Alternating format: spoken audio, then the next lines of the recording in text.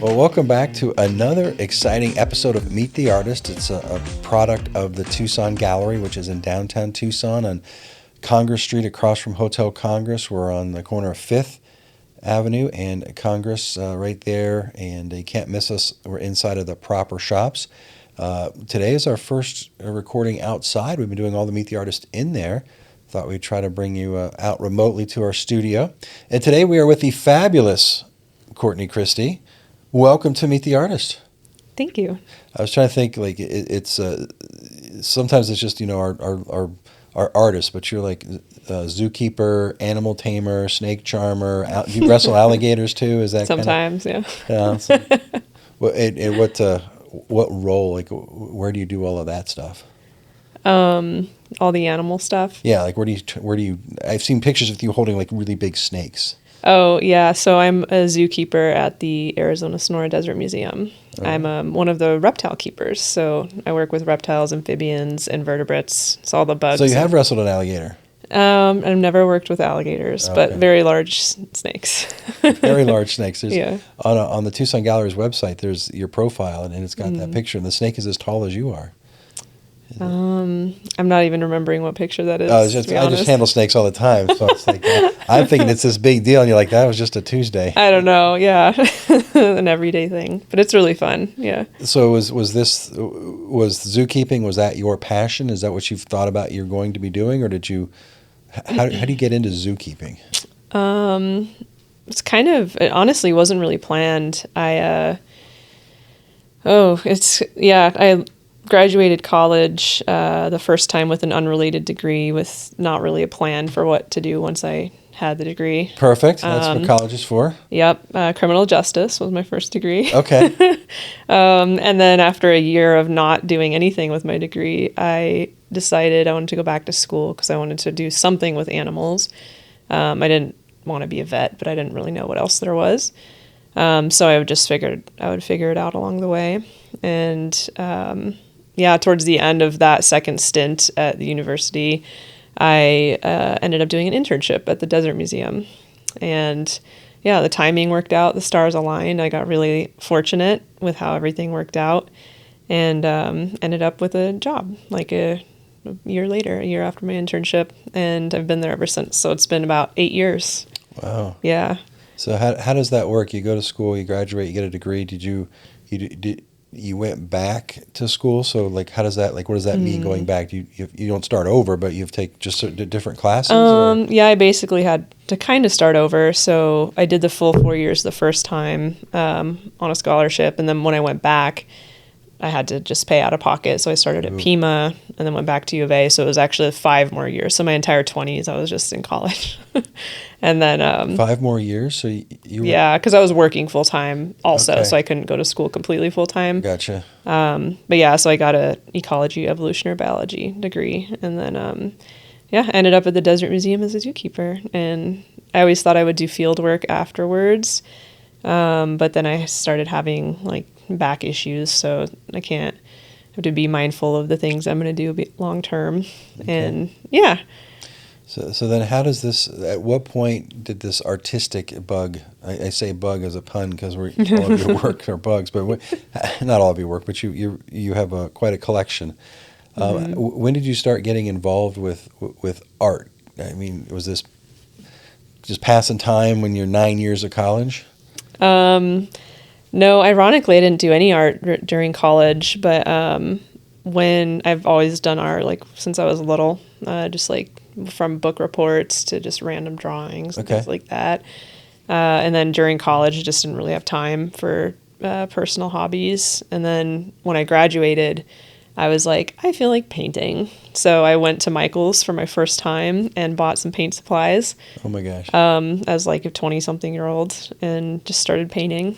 And then I went back to college, so it got paused again for another 4 or 5 years. So you just went and picked up some canvas and supplies. And what do you remember what your first painting was? One of my first, it was like this really abstract, super colorful cityscape with like crazy colors kind of I guess, winding through the city. Okay. Yeah, just very abstract-y, experimental and stuff. But yeah, it was fun. I really liked it. And then around the time I became a zookeeper, actually, I was like, I'm going to start doing art again. And then it wasn't until last year that I decided I actually want to try and do this full time. And I'm not there yet, but I'm making plans to hopefully make that happen. Okay. Yeah. And, I think people should probably go to the website, TucsonGallery.com, to see the different styles of work. Because you've got color is definitely a part of your palette, but you have a couple of very different kind of approaches to art. Well, some is very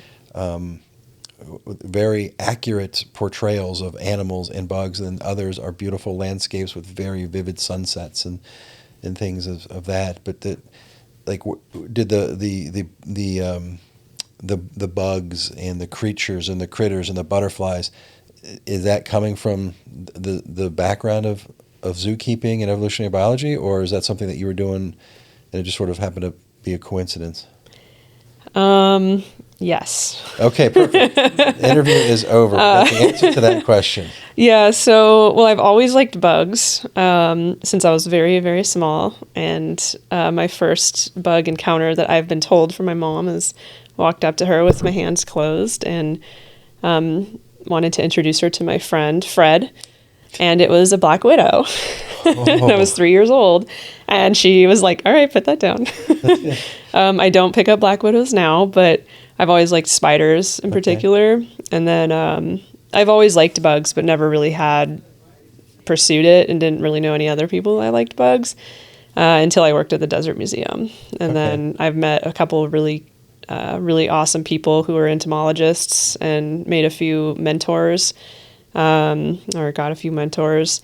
And I just learned a ton during the first few years working at the museum. And I didn't know like scientific names I didn't know any of the things we had besides very basic things. Like that's a beetle and that's a black spider and that's a brown spider.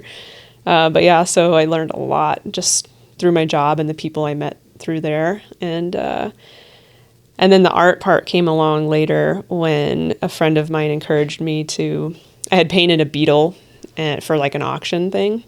And he was like, you should turn that into a sticker.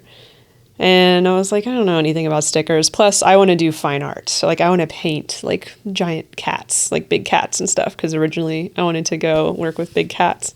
And he was like, oh, a lot of people will like that. It's a really, really special beetle we have in southern Arizona, the glorious scarab beetle. And I was like, all right, I'll turn it into a sticker or whatever. But my main goal was to do, like, painting, like acrylic on canvas. And I was like, this is just going to be a little side project. And that was 5 years ago. And that's become my main project, which is still, I'm hoping to make that my side project. But from that beetle, I basically, since then I've drawn over like 200 different. I was going to ask, there are so many that you have. Yeah, I have over 100 active sticker designs. And then I just last year started branching out into like prints and greeting cards and things. Because I want to kind of steer back into, I want to make the leap to painting and then have like my sticker business sort of self-sustaining for a while or just a little less energy putting into it. Because painting is very time consuming. Well, I mean, getting back to painting, you are a painter. You've got several. We've got a few originals in the gallery. Just sold a couple. It's a different feel on the canvas than the stickers. The stickers are very much like, sometimes they look like photographs of the images, but they're hand drawings. And then the canvas, there's always, not always, a lot of times there's sunsets or sunrises. There's that sun sort of blasting through the image on the canvas. Yeah, it's, I think a challenge for a lot of artists is trying to find a focus, because the fun is in the creating, and it's just so easy to have like so many different outlets and interests. And I think some artists really do hone down on like a specific subject matter or style or something like that. And some of us are just always in this experimental phase. And I love doing the bugs. Like, so as with my zookeeping and the bugs and the reptiles, I love The bugs especially, so many people are afraid of bugs or just don't know anything about them. And same for snakes. And the thing I love about my job is there's a little bit of an education component. We do programs and get to talk about, like I did one today. And we get to show people these aren't scary animals. They're not out to get you. They don't want to hurt you. And we get to educate them, mostly about venomous, like snakes and lizards, but bugs too. You know, we need them to live on planet Earth, and people don't know much about them. They're so tiny that a lot of people don't get to appreciate the intricacies, like their really cool abilities, their colors, their shapes. They're little tiny robots. They're very, very complex, and people have no idea because they're so tiny. And actually, on my camera roll right now, I have about, I don't know, almost 70 photos of a tiny wasp I found this morning. It's called a chalcidid wasp, and they have very thick thighs, like they never skip leg day. And I'll show you afterwards. But people, like when I saw it just flying in the air, it was just this little like yellow thing fluttering around, and I didn't recognize the flight pattern. I was like, what is that? So my coworker and I caught it in a vial and looked up close, and I was like, oh, it's so cool. I've only seen a few of these, not the species, but point of that being it's so tiny it would be easy to overlook and walk past. And through my art and my paintings and some of my earlier paintings, I started doing these like jumbo bugs for a work event we have called Insectopia. And just to like hang them up for decoration. I've seen those giant bugs. They're a lot of fun. And the point of those is to blow up all of these intricate, complex, beautiful details of these tiny, scary creatures to show people how cool they are, because they're really awesome. And people don't get to see them in that context up close. So I figured like through art and painting, you can kind of create more of an appreciation, you know, because they're our size. Like I did a 6-foot centipede a couple of years ago that fits in a door frame. And maybe that's not a great example of something to make people like bugs, because centipedes are, you know, kind of an actual like creepy crawly. But yeah, bugs are so cool, and reptiles too. But just looking at the intricacies of your drawings and you know, butterflies and moths, and I did not know there was much of a difference between the two until I started, because one of my jobs at the gallery is to catalog everything and get it into the inventory. And so when you bring in your stuff, it's like a whole lesson for me. I'm trying to learn, because you bring in the Latin. Luckily, you give me like, it's the one with the blue and red on the wing, so I can track it down. But I'm looking at these two, and so sometimes I have to like look them up online to figure out which exactly one is it. And I'm just amazed at the symmetry and similarities between them, but also even in that case, once you really start to look at it, they are so different. They might look the same in one respect, but then as soon as you kind of dive into it, the patterns are different, or the placement of the colors or the circles, you know, they're all independent and unique, but I don't know. There's so much diversity in not just insects and vertebrates. And I mean, just leps alone, which are moths and butterflies, there's, I think, 800,000 species, and of those, it's You've got some more stickers to make. I want to say there's like 90% of those are actually moths, and like a very small fraction is butterflies, but moths are mostly nocturnal, so we don't see them as often. And something else that has been one of my goals with my bug art is to kind of make more niche things that are hard, like that aren't found anywhere else. Like there's so many bugs, you know, and you're not going to find certain things anywhere. So when people give me weird requests, like I love making those. And I want to make the things that you can't find anywhere else, just to support the people that are studying and what you're producing in your stickers. Those are those like Arizona, are those regionally specific, or do you, because I know you came across, you like traveled to Australia recently to study bugs? That was just like a for fun herping trip to find reptiles, and it was a little early in their like equivalent of monsoon, so the bug activity wasn't amazing. It was pretty cool though. There were some cool bugs and a lot of really cool reptiles, but most of the art I do is local, or at least southern Arizona, Sonoran Desert based. I'd say like that's really neat. Like 80 to 90% is local, because the Sonoran Desert is a hot spot. We're right next to the border, Mexico. A lot of stuff comes up, the habitats are quite a bit different. Plus, we have all the sky islands. So we have so much diversity. And even just reptiles, we have over 50 lizard species just in Arizona. We have over 50 snake species just in Arizona. And yeah, a lot of people come here. I think behind Florida, we're like the second, maybe the third most biodiverse place in the U.S. Wow. And we have tons of plants. And specifically like southern Arizona? I mean, yeah, the southern part is more, but all of Arizona. Okay. But yeah, especially our region. We just have so many really cool invertebrates, so many cool reptiles. And this is where people come to find reptiles too. It's a really cool spot. We're home of the Gila monster. Yeah. Which, yeah, awesome lizards. And yeah, we're really lucky. We have a lot of diversity here. We also have a lot of saguaros, and there's one. There's like, you have a favorite saguaro, don't you? Like in a couple Noticed, of yeah. in a couple of years, it's got a few arms coming off of it. Yeah, so that saguaro is right outside the building at my work. Okay. So every morning when I drive in, I get a nice sunrise, and then I'd like get that in the foreground. And I actually turned one of my paintings into a sticker, which is something I said I wasn't going to do, at least for my animal paintings. But my best friend encouraged to do the saguaro painting into a sticker. Saguaro sun. Yeah. Yeah, and it's a really cool little holographic sticker. But every time I finish a sticker, one of my goals is to take it full circle and get it get a picture of the sticker next to the real thing. So for the bugs and the reptiles and stuff, I have to like wait till the season comes around again and do that. But for the saguaro, I was really excited to do this, get a picture of that sunset next to the real thing. And I was thinking of this the next day at work that I was going to do it. There had been like crazy rain and wind the night before, and one of the arms broke off. Oh no! So now it's not the same saguaro. It just has 2 arms instead of 3. Like the day I was going to do it. Yeah, that saguaro, it's probably 80 years old or something. Well, I was going to say you captured it at the exact right moment, and it now lives in perpetuity through the reproductions and the stickers. The original has sold, so it's true. That's no longer in the gallery, but the stickers are really fun, and I think we sell a lot of those. The holographic nature of them really catches the eye, the way the light shines off of those. Yeah. But and some of your artwork, it's sort of like a combination. So you've got some acrylic work of like an owl and a jaguar, I believe. And when we have those in the gallery, people think at first glance they're photographs. Like these are intricate. How long does something like that take you?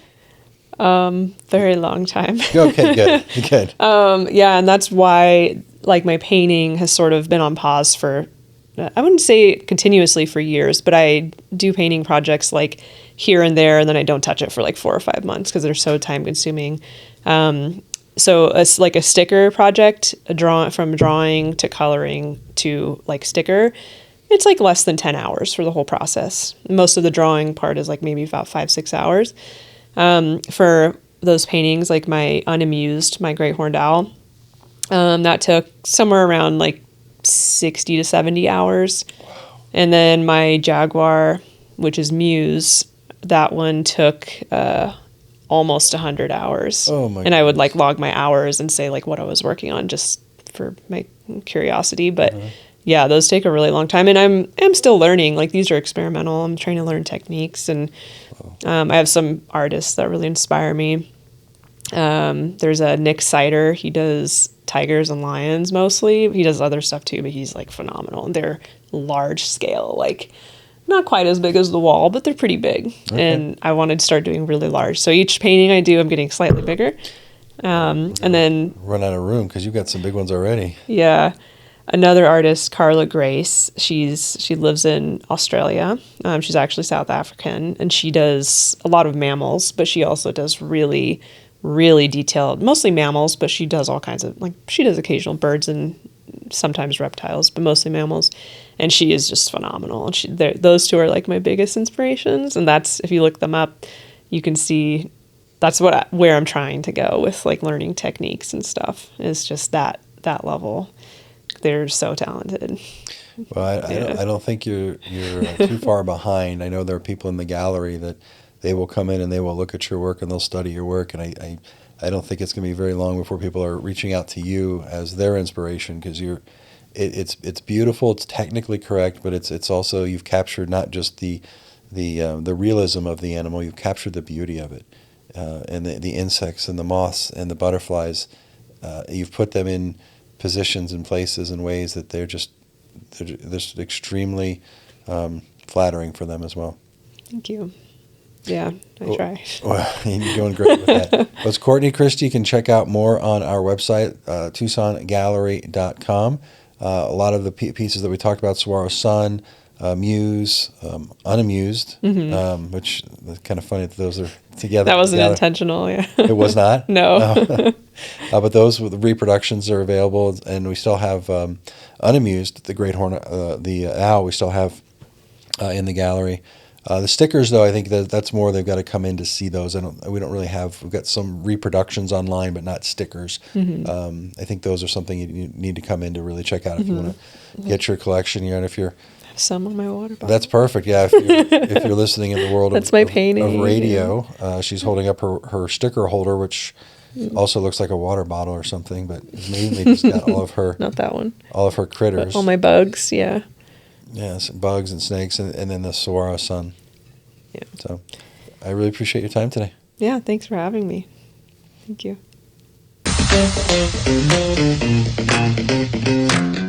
Thank you for listening to Meet the Artist. This is a weekly production by the Tucson Gallery, located inside of the proper shops at 300 East Congress Street in Tucson, Arizona. The mission of the Tucson Gallery is to support local artists by providing a space to show their art, a forum to engage with their audience, a virtual presence to connect with global patrons, an outlet to earn a fair price, and an opportunity to hone their business skills. Head over to thetucsongallery.com for more information about our live events, listen to other Meet the Artist podcasts, and check out the wide selection of art, gifts, and other items created by Tucson's modern, thought-provoking, and forward-thinking artists.